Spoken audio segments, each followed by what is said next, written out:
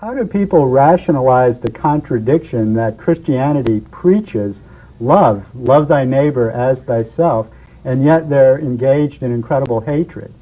Yeah, but you see, that's not true. Christianity doesn't teach love. Christianity That's one teaches, of the doctrines. No, it isn't.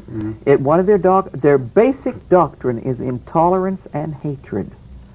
Their basic doctrine. Jesus Christ said over and over and over thematically in the New Testament, you must hate your brother, hate your sister. I came not to bring peace but the sword. I came to turn brother against brother, father against son. He says finally in his final outburst, yea, even unless ye hate yourself, you cannot come unto me. Ooh, that's sick. Ooh, that is sick. It is a doctrine of total and complete intolerance and total hatred. It's a doctrine of acceptance of death. Because all Christianity is, from the beginning to the end, is your preparation to meet death. And without that, the whole, what Abraham Lincoln called the Christian scheme of salvation, that death was introduced into the world by the original sin of Adam and Eve, and in order to overcome that death, you must accept Jesus Christ as your personal Savior. So you spend your whole life preparing to die. This is insane. It's anti-life. It's anti-love. It's just everything that is human and decent, and it's based on that. But then they attach the big lie to it, and they say, but this is love. For God so loved the world that he gave it cancer?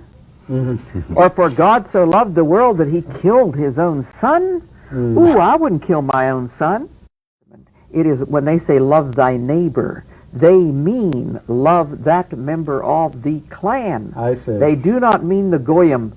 And over and over and over again they say it. They do not mean the other Semite groups who were worshiping the other Jewish Semitic gods at that particular time. They don't mean that. They mean only that particular cult which wants to continue to worship whichever name we want to put to the Old Testament God has four. Right. As a matter of fact, at the time of the handing down of the Ten Commandments, there were 3,000 persons in disagreement with Moses as to whether or not they should be accepted, and the Levites were called upon to immediately slaughter those 3,000.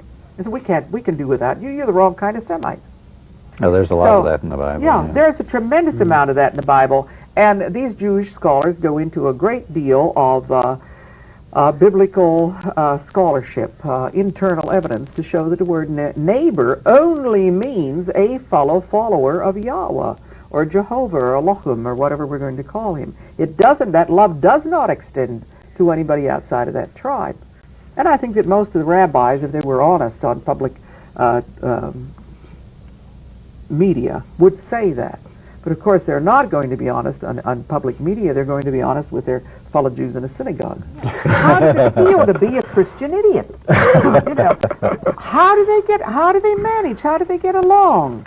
Don't they they must have terrible problems of dependency and inadequacy and guilt and anxiety. They must live a horrible, horrible life.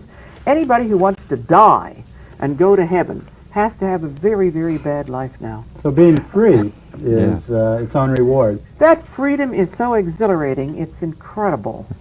We are in a kind of a state of euphoria all of the time, and we don't even need marijuana to get there.